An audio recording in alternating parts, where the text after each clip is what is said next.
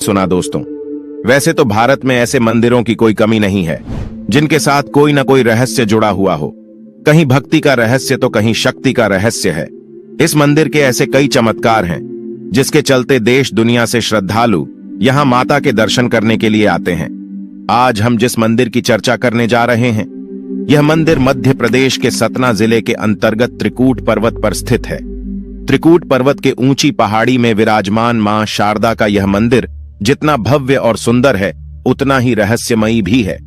मैहर मंदिर के बारे में कुछ रहस्यमयी और अद्भुत रोचक तथ्य आपके सामने प्रस्तुत करने जा रहे हैं। इसके हैरान कर देने वाले रहस्य को अगर आप नहीं जानते तो हमारे साथ वीडियो के अंत तक बने रहिए। दोस्तों, 51 शक्ति पीठों में से एक मां शारदा के इस मंदिर में दिन के समय भक्तों की भारी भीड़ रहती है, लेकिन रात होते ही इस मंदिर के कपाट यानी दरवाजा बंद कर दिए जाते हैं। ऐसा इसलिए क्योंकि सदियों से यहाँ मां शारदा के परम भक्त उनकी पूजा करने आते हैं। कहा जाता है कि कोई भी व्यक्ति इस मंदिर में रात को रुक नहीं सकता। अगर कोई रुकता है तो उसकी मौत हो जाती है। रात होने पर इस मंदिर के कपाट बंद हो जाने के बाद पुजारी पहाड़ से नीचे चले आते हैं। इसके बाद वहां पर कोई नहीं रह जाता। कहा जाता है कि मंदिर के कपाट बंद हो जाने के बाद अंदर से घंटी और पूजा करने की आवाज आती है। लोगों का कहना है कि मंदिर के बंद हो जाने के बाद शारदा मां के परम भक्त आल्हा और उदल ही सुबह की पहली आरती करते हैं। दोस्तों, जान लेते हैं आल्हा और उदल आखिर कौन थे। आल्हा और उदल दो भाई थे जो कि बुंदेलखंड के महोबा के वीर योद्धा होने के साथ साथ राजा परमार के सेनापति भी थे। राजा परमार के दरबार में जगनिक नाम के एक कवि ने आल्हा खंड नामक एक काव्य रचा है। उसमें आल्हा और उदल दोनों वीरों की गाथा वर्णित है।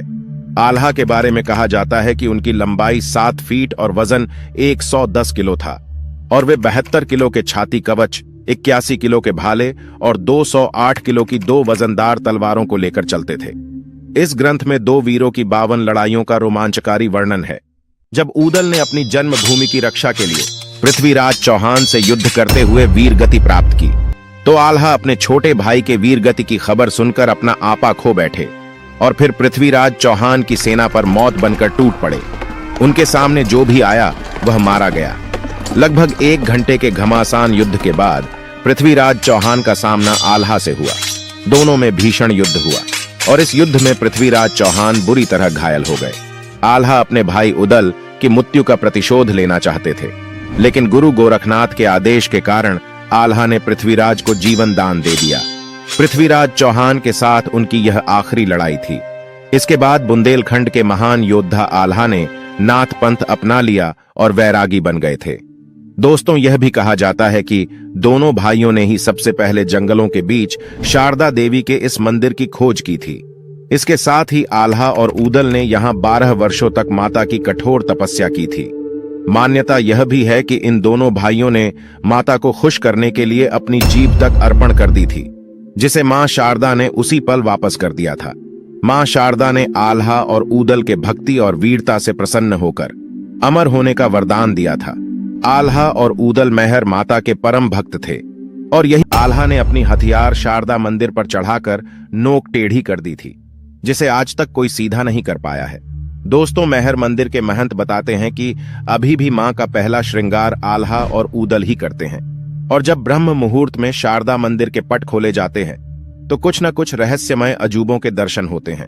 कभी मंदिर का गर्भगृह प्रकाश से सराबोर रहता है तो कभी मंदिर में सुगंध भरी होती है। इतना ही नहीं, हमेशा मंदिर के गर्भगृह में मां शारदा के ऊपर फूल भी चढ़े होते हैं। इस रहस्य को सुलझाने के लिए वैज्ञानिकों की टीम भी यहाँ डेरा जमा चुकी है, लेकिन इसके बावजूद मैहर देवी मंदिर का रहस्य अभी भी बरकरार है। दोस्तों, माता के इस मंदिर को मैहर देवी का शक्तिपीठ कहा जाता है क्योंकि पौराणिक कथा के अनुसार माता सती का हार यहाँ